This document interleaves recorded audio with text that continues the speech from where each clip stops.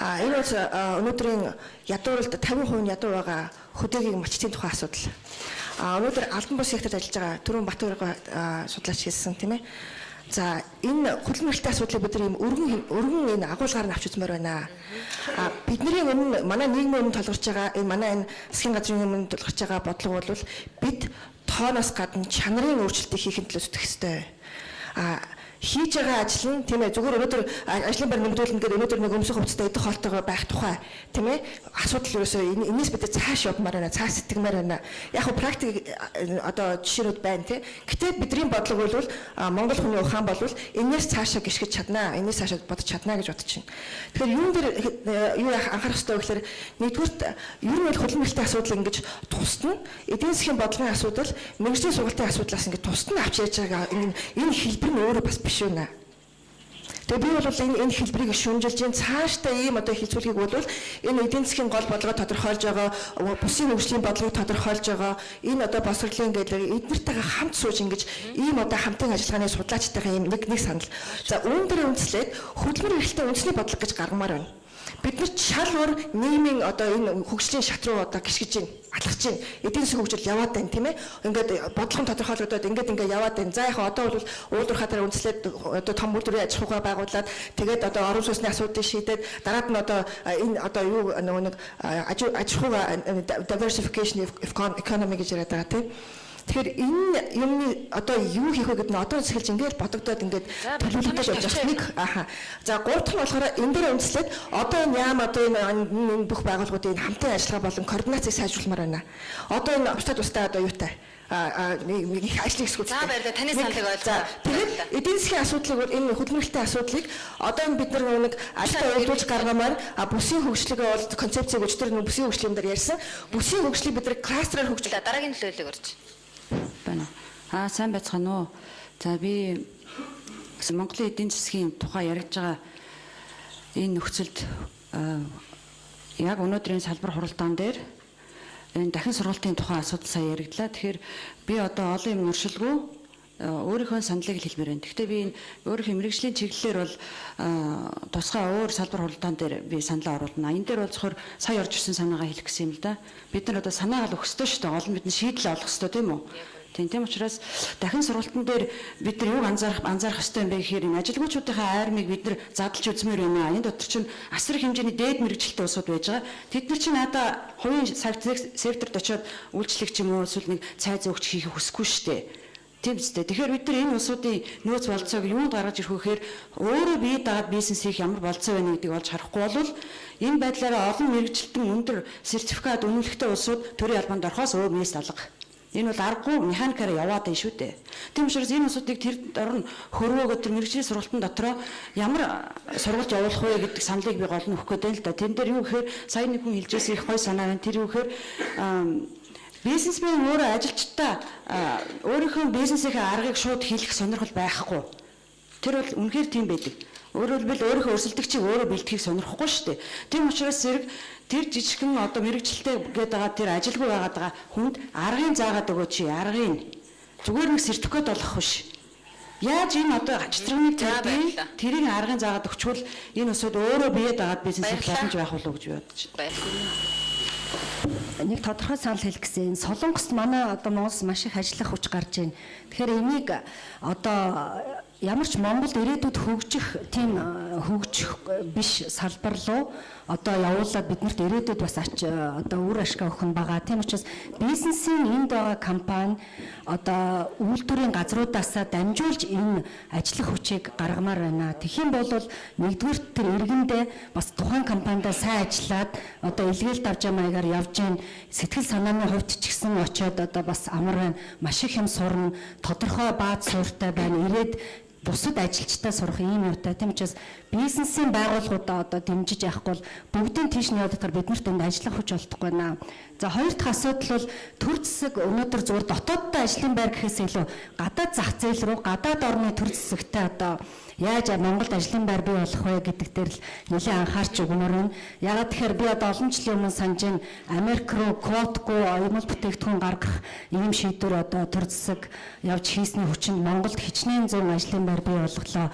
Маш олон хүн одоо ажлын байртаа болсон. Тиймээс энэ чиглэлээр төлхөө ажилламаар байна. Ялангуяа одоо интернетийн чиглэлээр одоо монголчууд гэрээсээ тийм ээ орон зай хамааралгүйгээр ингээд ажил эрхэлж болох энэ зүйлүүдийг төр засгаас одоо таниулж дэмжиж өгмөр байна. За 3 дахь асуудал бол сая бараг салбар хуралдаан болгон дээр яригдж байна л да. Ажил хийх нөгөө академик боловсролтой хэрнээ зам төлөвөөрөө одоо бүхэн гологдож байна гэх. Тэгэхээр манай сангаас одоо санаачлаад 50 гаруй төрийн бас байгууллага нийлээд энэ дээр маш тодорхой санал боловсруулсан байгаа. Энэ форумын дараа бид одоо энэ Ганди сайд бусад хүмүүст энэ төслөө одоо бид өргөн барина. Энэ үед дэмжих байхаа гэж байна. За баярлалаа. 10 оны 5 сард Америк нэгдсэн улсад Колумбо их сургуулийг эдийн засгийн онолоор ялангуяа хөдөлмөрийн эдийн засгийн онолоор PhD хамгаалаад ирсэн л дээ. Тэг их сургууль багшилж байна. Би өөрөө хөдөлмөрийн эдийн засгийн онол заад. Тэгээд ингээд заахта би чинь Монголд ямар судалгаа хийсэн байна хөдөлмөрийн зах зээл дээр судлаа шүү дээ. Би одоо ингээд танаа юу Ганди сад танаа яамны одоо өнгөрсөн жилийн тайлангуудыг уншлаа, хийсэн судалгааг харлаа. Хөвчлэн хүүхдийн хөдөлмөрийн талаар их сайхан судалгаа хийсэн байна л да. Тэгээд ер нь бол манай судалгаа баг байна гэж хэлэх гэсэн 2 минутыг ашиглаад энэ судалгааг хийх одоо хүчин чадалтай хүмүүс энэ Монгол улсад бас ирээд байгаад байна. Болоод байна. Тэд нар хийж байна. Тэд нар Монголын эдийн засгийн ингээ хөдөлмөрийн зах зээлийг та нар ярихдаа бол их том мундаг асуудал ярьж байна. Та нар тэгтээ юугүй байх шүү дээ. Тоогүй байна. Судалгаагүй байна. Одоо хүний тоолж мэдэхгүй шүү дээ. Тооны статистикийн төв газрын гаргасан тэдэн хүний бүртгүүлсэн үнээр дүүргийн түвшинд ярьж байна. Гэтэл ажилгүй албан секторт ажиллаж байгаа хүнийхээ тоог мэдэхгүй байна. 2003 онд Мэрилэндийн их сургуулийн хийсэн тэр төвөр судалгаанаас хойш албан бус секторынхаа үнийг тоолоогүй. Би өөр тоолох түвшинд ярьж байгаа байхгүй. Тоолох түвшиндээ хийгээгүй байна хүмүүсээ судалгаагаа. Гэтэл тоолж дуусчаад тэрий чин загварт нь оруулаад загварт ургүй байлгахад бодлогын судалгааг нь хийх ёстой. Энд бол ингэдэг юм байна. Манайд бол ингэх юм байна. Хэрвээ ийм аргаар тэгдэг юм байна. Энэ түвшинд нь тэгж болох юм байна. Орон нутгийн хөгжил, сумын түвшин, дүүргийн түвшин, тэгээ улсын түвшинд одоо тэгээ бүх талаар нь тэр судалгаа хийх хэрэгтэй байна л да. Тэгээ одоо энэ Монгол улсад бол ингээд судлаач нь байгаад идэг судалгаа их боломжгүй. Тэр одоо юу нь байдгүй. За баярлалаа. Маш их санал. Тэгээд санал одоо тийм судалгаа баярлалаа. За одоо гол орсгчдийнхээ хариултыг манай хамгийн санаа зовж байгаа асуудал бол ерөөсөө хөдөлмөрөө хоршихгүйгээр хувь хүн иргэд ганц ганцаараа ажлын байр бий болох бололцоо өөрөө их орон нутагт сул байгаамаа. Тийм учраас манай орны одоо шилжилтийн эдийн засагтай тархаа бутархай амьдардаг энэ онцлогтой орны хувьд харьцангуйгаар хөдөө аж ахуй, хүнсний үйлдвэрлэл гэх манай фактур маягийн үйлдвэрлэлд ажиллаж байгаа хүмүүсийн хөдөлмөрийн хүчийг хоршихгүйгээр энэ одоо ажлын байрыг бий болгохгүй гэдэг ийм дүгнэлттэй байгаа. Тийм учраас үндсэндээ одоо өнгөрсөн жил бидний урдаа тавьсан хамгийн гол зорилт бол энэ хөдөлмөрийн эдийн засгийг тал бүрээс нь юу ч үлдээч тусаалгүйгээр ярилцъя гэдэг нэг хөдөлмөр хөгжлийн үндэс гэсэн юм чуулганы хийсэн. Энэ үнд зориулж одоо нэг цаг зуурын одоо тийм суурь судалгааны төвшөнд гэдэг үзэхэд бол арай дүүлгсэн болох бах. Цаг зуурын жижиг судалгаануудыг бол хийж үтсэ. За ингээд бүтцийг ингээд аваад үзэх юм бол ерөөсөө ажлын байр бий болгож байгаа аж ахуй нэгж байгууллагуудын чадах өөрөө сул, төлөвшөл сул, эдийн засгийн одоо хүчтэй хуримтлал бий болж чадаагүй ийм бүтцээ аж ахуй нэгжүүд маань нийт ажил олгогчдын 80%, 80 гаруй хувийг нь эзэлж байгаа юм. Ерөөсөө 10-19 хүнтэй жижиг одоо ажлын байр, төр ажлын байр эзэлж байгаа. Тийм учраас яаж төлөвшүүлэх вэ гэдэг асуудал дээр маш их тийм санаа зовж байна. За энэ үн дээр одоо бодлогын нэгдмэл одоо дүгнэлтийг гаргаж ажиллах бол шаардлага байгаа гэдгийг бас хэлье. За одон туяа эдийн засагч одоо багш одон чимэг багшийн саналууд бол ажил хэрэгс саналууд байна. За энэ талаар бас хамтарч ажиллах зүйлүүд байна. Зөвхөн бодлогын институцийн төвшөнд бид нар чадахтай болж чадаагүй байна. Энд одоо бүтцийн хувьд өөрчлөлт хийх шаардлага бас байж магадгүй. Яагаад тэгэхээр хөдөлмөр эрхлэл гэдэг маань өөрөө орцын асуудал, эдийн засагт орц бий болох асуудал, нийгмийн хамгаалал гэдэг маань өөрөө гарцын асуудал, хуваарлалтын асуудал. Тийм учраас орц гарцыг одоо нийлүүлчихсэн төрийн одоо байгууллага захиргааны байгууллагын төвшөнд бид нар ажиллаж байна шүү дээ. Тийм учраас нэгдүгээр энэ бүтцээ оновчтой болгох, судалгааны институт бий болгох, ингэснээр энэ судалгааныхаа үр дүнд оновчтой бодлогыг хийх асуудал болоод чухал байна гэдэг дээр санал нэг байна гэж За хэлж баярлалаа. Хамаатар таны Хан саналыг хэлэгдсэн. Бид нар энэ монголчууд энийг авахгүй бол өнгөрсөн 20 жилд хийсэн бидний алдааны нэг бол энэ дээр гарч ийн гэж бодод байгаа.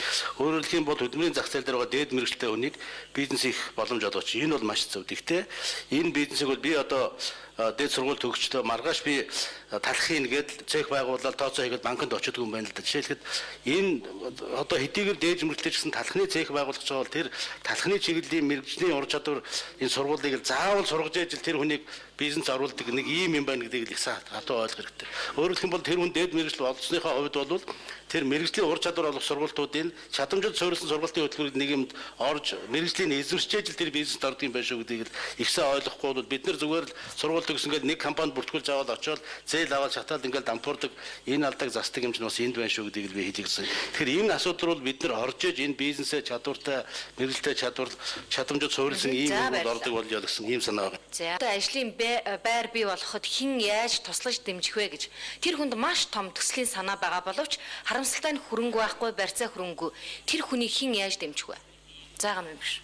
Тэгвэл эрэлт хэрэгцээтэй бизнесэнд жижиг дунд бизнесэнд хамруулахаас ахгуулаад олон ажил байгаа боловч харамсалтай нь өнөөдрийн хэрэгжиж байгаа зүйлүүд сайн хүрэхгүй байгаа юм.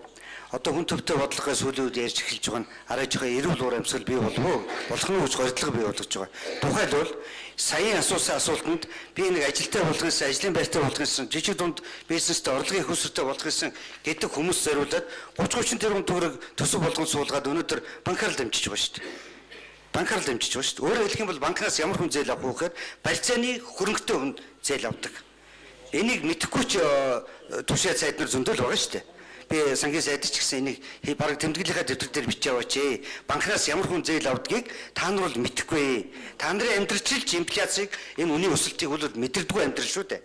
Яг нарийндаа энэ тансаг амьдрал энэ хоёр амьдралын хоорондох зөрөө бол саяын суурин төлөөлөгчийн газар нөө би амар зөрөө гарсан байгаа шүү дээ. Баяа ядуугийн ялгаа улам ихсэж байна. Тэгэхээр энэ усуудад хүрэхээр бодлого маань очихгүй байна. Монгол улсын эдийн засгийн үр дүн яг эднэрт хүрэхгүй байна. Орон нутагт очихгүй байна. Тийм учраас энэ 720 хэдэн мянган өрх айлчин л Монголын төрийн бодлогын гол объект чинь энэ шүү дээ. Хичнээн хайдын амжилгааны бодлого ачих доод төвшнгөөс доош орлоготой байна. Хэдэн айлын орлогын их усүртэй энэ доод төвшнгөөс дэш гарахгүй эдгээр засаг дарга нарын ажлыг дүгндэг болвол энэ улсууд чинь харин зах зуух нь ажилтай болж магадгүй. Асуултын гол хариулт нь энэ. Тухайлх юм бол энэ улсуудад төрийн бодлого хүрэхгүй байгаагийн гол механизм нь энд л байгаа юм. Өөрөөр хэлбэл тэр банкар дамжиж байгаа зээл бол үндсэндээ үр дүнгүй өгөхгүй.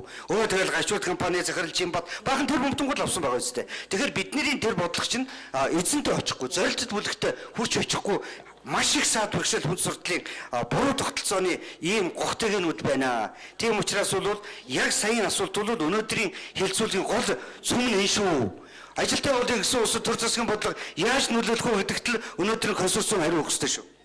Баярлалаа. Ерөнхийдөө хэлцүүлийнхаа саналыг сонсъё. Байлангийн санал хэлье. Тэгээ сүүлийн санал маань бид төсөл боловсруулаад эрдэмтдийн өргөн барьж байгаа хөвлөм мөвдөдөр явсан учраас ганди сайд дэмжээрэй.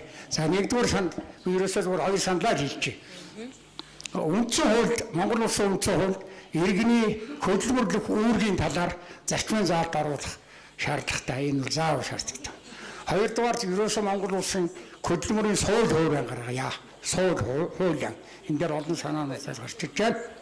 За гуравдугаарт эрүүл болгох, мэрэгжилтэй болгох, орлоготой болгох энийг цогцоор хүчирхжүүлэх цэргийн хэлбэрийг ашиглая.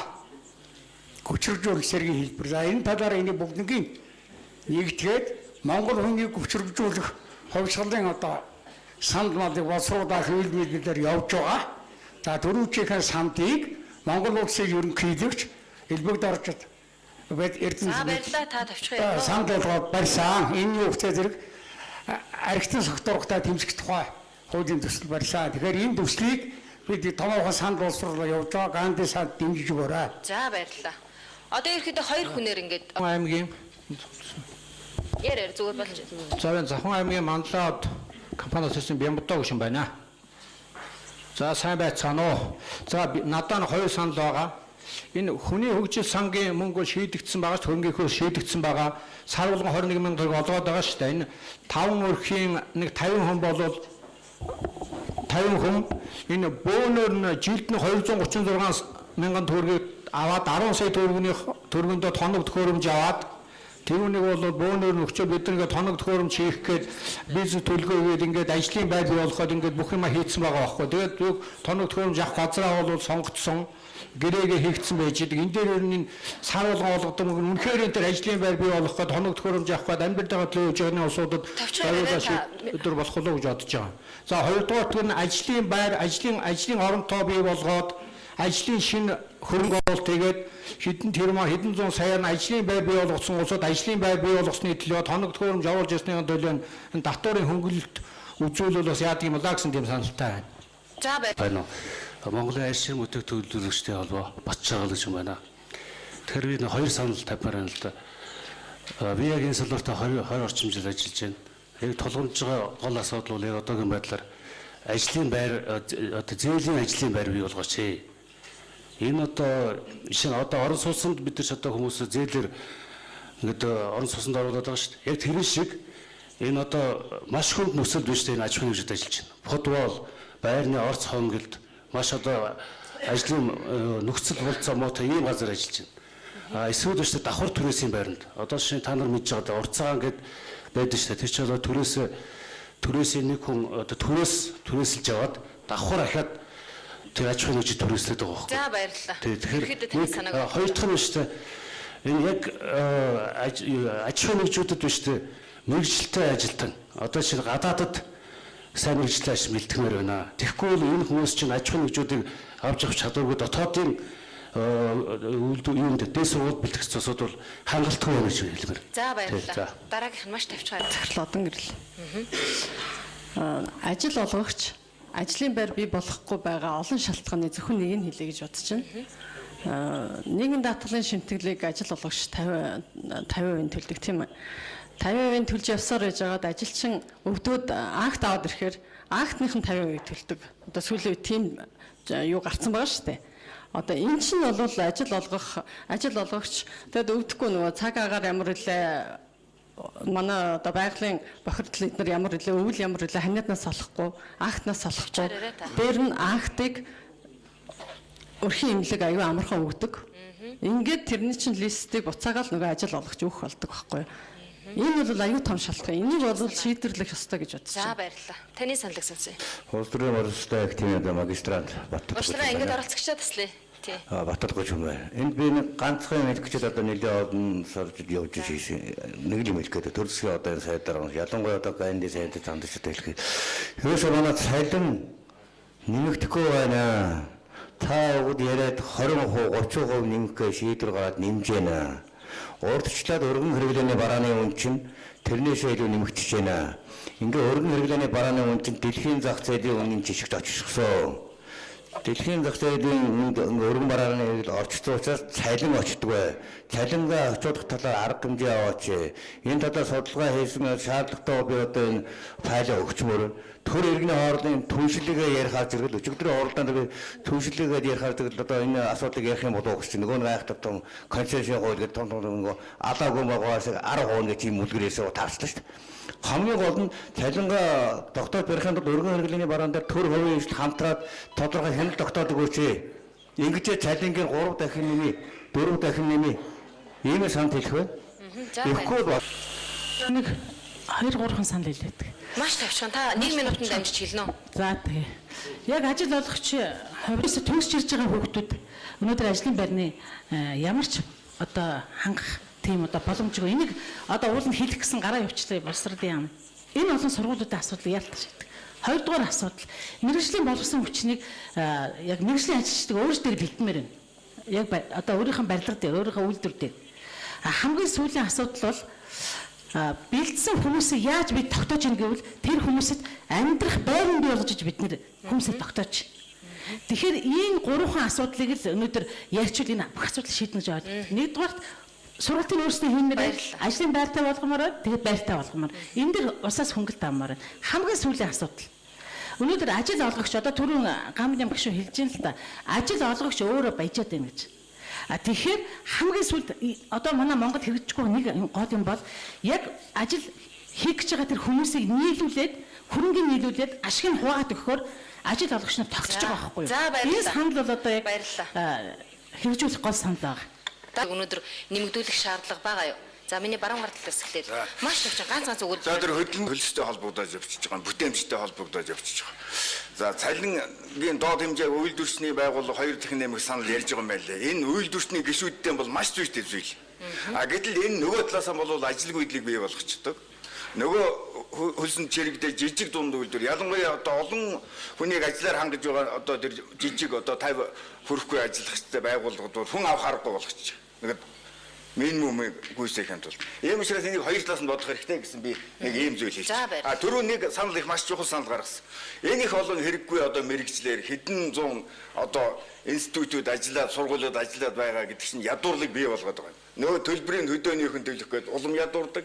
Гарсан төгсөгч нь ахаад ажилгүй бүр ядуур бий болдог. Ийм учраас байгууллагуудыг сургалтын байгууллагуудыг бол отгон баяр сайд байсан бол их сайн байсан. Ерөөсөн төгсөгчдийнх нь ажил олголтоор юм уу ажил эрхлэлтээр ажилтаа ажилтдаг л болчих хэрэгтэй. Ердөө тэрийг маш нарийн бүртгэлтэй энэ жил төгсөгчдийнх нь 80% нь ажилд орсон бол 80% эсэлт авдаг эрх өгдөг. 5% нь дасарсан бол түүгээр одоо байлдаг ийм л асуудал. Баярлалаа. Би хөдөлмөрийн хөлчний доод хэмжээ үнэхээр багаага нь ойлгомжтой. Энийг нэмэх шаардлага байгаа. Гэхдээ сая Батбаяр хэллээ аливаа асуудал хоёр талтай байдаг. Нэгэнд нь ашигтай боловч нөгөө талд нь бас өөр талтай байгаа учраас энийг бас болгоомжтой талдаас нь судалж үе шаттай хийх ёстой. Хөдөлмөрийн доод хэмжээг бас салбараар нь гаргадаг ийм боломжтой болсон шүү дээ. Нийтлэг байдлаар нь биш. Тийм учраас нэг болсон анхааралтай. Их ёстой зэгтэй. Манай хөдөлмөрийн хөлсний манай Монгол хүний хөдөлмөрийн үнэлэмж бол өнөхөө доогоор байгаа. Нэг нэмэх зүйтэй. Оюутлагын гэрэн дээр нэг тодорхой заалт орсон байгаа. Юу гэхээр оюутлагын үйлдвэр ашиглалтанд орсноос хойш оюутлагын үйлдвэрт ажиллаж байгаа гадаадын хүн мэрэгжилтэн нэг аль нушаад ажиллаж байгаа гадаадын хүн Монгол хүний иргэн бол адилхан цалин авна гэж. Энэ бол том заалтаа гэж. Жишээлбэл бол 13 ашиглалтанд орлоо гэхэд Монголд одоо гадаадын одоо хүний цалинтай ажиллах цалин одоо анх бий болох хаа гэсэн юм ойлголттой байна. Бол өсөх шаардлагатай байгаа ойлгомжтой. Төрчний эвлэл эзэдийн холбоо засгийн газрын 3 талд байгууллагуудын төлөөллүүд энэ асуудлыг шийдэх зүйтэй. Хуучин бол өнөөдрийг хүртэл зөвхөн засгийн газар хөдөлмөрийн ёсны доод хэмжээг тогтоож ирсэн. Нөгөө тэтгэмжүүд чинь ингээд чирэгдэж явдаг. Тэгээ энэ бол их ажил багталтай зүйл. Одоо бол энийг шийддэг ийм механизмыг өөрчлөөд энэ 3 талт гэрээний дагуу өөрсдөө шийдэж байх нь зүйтэй маа гэдэг энэ чиглэл рүү ер нь цаашдаа явах байхаа гэж бодож За байна. салбарын сайд. Тэгэхээр цалингийн судалгаа хийж байна. Ерөөсөө салбарын төвшөнд, мэрэгжлийн төвшөнд, бүс нутгийн төвшөнд Монгол улсад ер нь одоо цалингийн шинжилгээ хийх шаардлагатай босноо гэвэл шаардлагатай болсон. Хөндлөнгийн шинжээчид, эрдэмтэд судлаачдаар энэ цалингийн судалгаа хийж байгаа. Ураг шахиж байгаа зүйл бас байна. Бүгдийг бас өгөөсгөж болохгүй. Яа тэгэхээр хөдөлмөрийн үндэсний доод хэмжээний тухай улсын хурлын тогтоол гаргаад салбаруудын төвшөнд өнөөдөр баялаг үйлдвэрлэж байгаа бүтээмж өндөртэй харьцангуй цалингийн дундаж нь бүтээмжтэйгээ бас ойрхон төвшөнд очисон энэ салбарууд дээр 2 жил тутамд одоо цалингийн хөдөлмөрийн үндэсний доод хэмжээг 3 талд хамтраа тогтоогоод явах болцоотой юм а гэдгийг ингэж үзэж байгаа.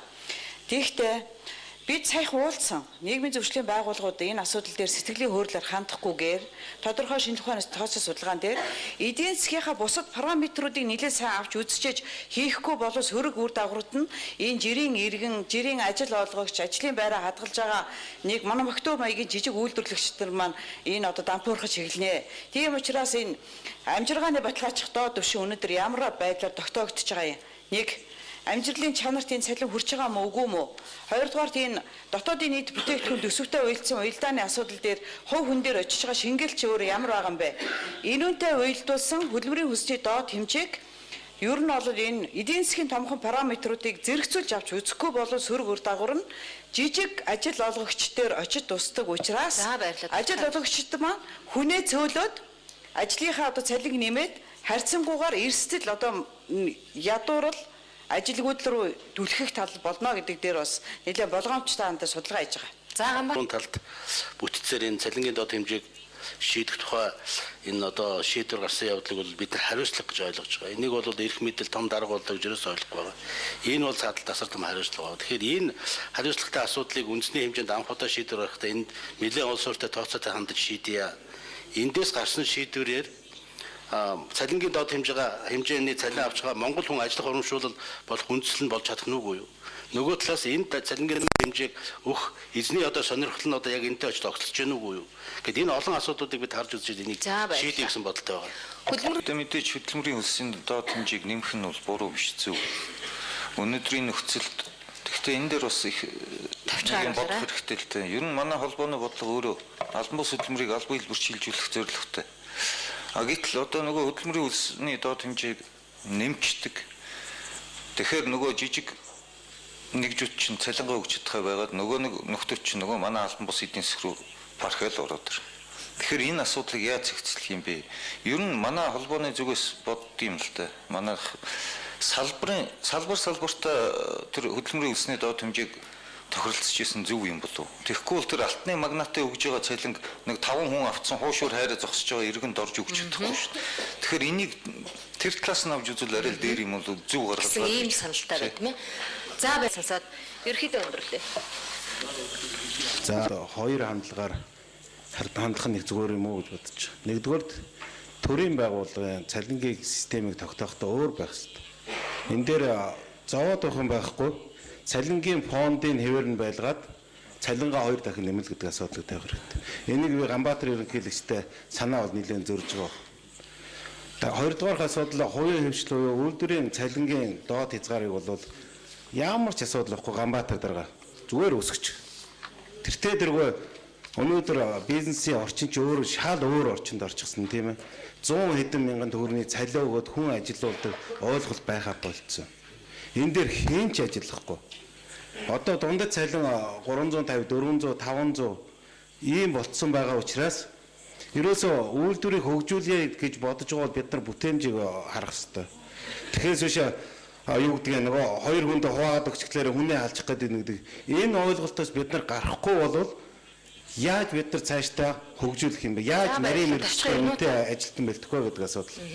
Хоёрдугаарт би тэр түрүүнд малчны асуудлаа ярьсан Гамбийн гишүүнтэй өмнөдөө бол үг хэлэх бас боломж олдохгүй байгаа юм л да. Тэн дээр жаахан санаа бас эсрэг байгаамаа. Яагаад тэгэхээр зэрэг малчин бол үнэхээр 100 мянган жил мэрэгшчихсэн ийм малчин тэнд гамцууд болоод ажилгүй очлоо гэдэг. Ерөөсөө бидний гол юу бол эргээл бид нар малчнаар нь болох гал асуудлыг тавих. Илүү одоо юу биш. Тэр бол маш том мэрэгжил, маш ирээдүйтэй үйлдвэрлэл явагдах учраас энэ дээр явахгүй бол сумын төв дээр авчиад өөр сургалтанд хамруулна. Тэр бол бүтшгүй хаа. Баярлалаа. За өчигдрийн тэр үндсэн хурал дээр ярьжсэн шүү дээ. Дүүрэн ажлын зар, тэгээ дүүрэн ажилгүй хүн гэсэн юм байгаа. Дунд нь үндсэндээ Монгол хүнийг үнэлэхгүй байна л гэж байгаа шүү дээ чинь. Чин энэ чинь одоо 4-р ангийн боловсролтой хүн гаргаад ирэх анализ шүү дээ. Монгол хүнийг үнэлэхгүй. Та нар Монгол хүнийг үнэлэхээс юунд нь айгаад байгаа юм? Нэгдүгээр, хоёрдугаар бүтээмжийн тухай ярьж эхэлж байгаа. Өнөөдөр Шведэд автобус барьж байгаа, мейкер барьж байгаа, Свен гэдэг жолооч Монголын мейкер барьж байгаа доржоос 28 дахин илүү цалин авч байгаа. Энэ 28 дахин тэр мейкер сайн барьж яана гэсэн үг шүү дээ. Бүр зөрүүлээд ярих юм бол манай нөхдүүд бол бүр бараг 28 дахин харин бүтээмжтэй ажиллаж байгаа. Ард явж байгаа кондукторын хэдэн төгрөг тоолж байгааг л одоо арталтай байгаа юм шиг л мэддэг хүмүүс шүү дээ. Энэ олон аимшигтай энэ уралдааны зам шиг энэ гатаргаатай зам дээр явдаг. Битгий ингэж судалгаагүй худлаа ярьж байгаараа. Нэгдүгээр, хоёрдугаар Монгол хүнийг үнэлэхэд минимум вэж гэж яриад байгаа. Эн чинь одоо уул уурхайн салбар дээр олон монгол хүмүүсийг цалингийн нэмэхэд гацаа болж байна. $500 өгчөөд энэ бол минимум вэж дундаж одоо дундаж цалин.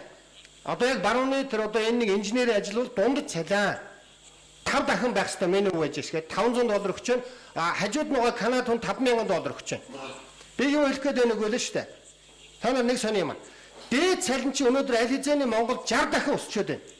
$5,000 цалинтай хүмүүс өнөөдөр 562 хүн байгаа. Монголын үйлдвэрлэл. Энд дээр юу хэлэх гээд байна гэвэл энэ янзаараа явах юм бол маш олон хүмүүс хүүхдүүдээ сургуульд явахдаа бие хамгаалагчтай явуулаад байна. За эцэст нь ганцхан санаа хэлээ уучлаарай би дөрөв зөрчих шиг байна. Гурван талд хөдөлмөр нийгмийн өсөлтийн гурван талд үндэсний хороо гэж заавал ч нэг жилийг хүлээж ингэж сугалдаг энэ алиадаг ингэж байдлаа зогсоогоод улсын гурван талд хилцээр улсын гурван талд хөдөлмөр нийгмийн өсөлтийн гурван талд үндэсний хороо гэдгээ амь оруулыг ажилуулаа тэрийг засгийн газар нөө тэр мяндагтангууд нь үнэлээч ойлгооч баярлаа. За Ажил олгогч нараас, хөрөнгө оруулагч нараас Монгол хүний хөдөлмөрийн үнэлэмжийг та нар яагаад үнэлэхгүй байгаа юм бэ? Яагаад гаднаас ажиллаж аваад байгаа юм бэ? Монголчуудаа аваач, Монгол хүнийг аваач.